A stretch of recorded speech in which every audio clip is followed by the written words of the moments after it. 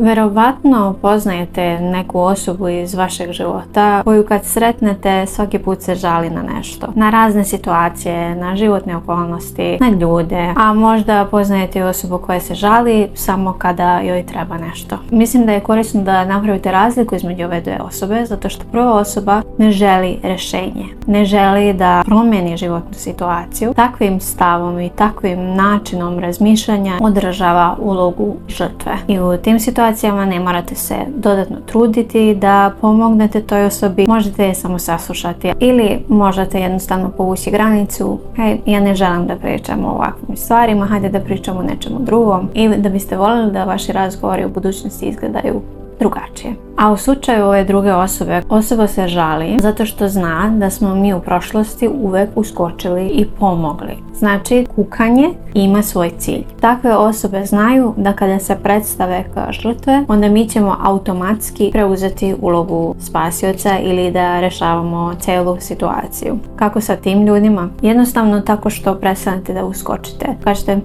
da, ok, zvuči kao teška situacija, ne reagujemo, ne rešavamo. Zato što svaki put kad uskočite, vi preuzimate odgovornost za nečiji život na sebe. I samim tim oduzimate odgovornost od te osobe. Nećemo biti loša osoba ako ne dajemo sve što mi imamo. A u krajnjem slučaju možete sebi postaviti pitanje, da li ja želim da okružujem sebe sa ljudima koji me zovu samo kada im treba nešto, ili koji me često koriste za nešto što ja imam, ili što samo mogućnosti da ponudim. Jer setite se, svaka odrasla osoba je odgovorna za sebe, da izgradi život koji želi da živi ili da menja ono što im se ne sviđa.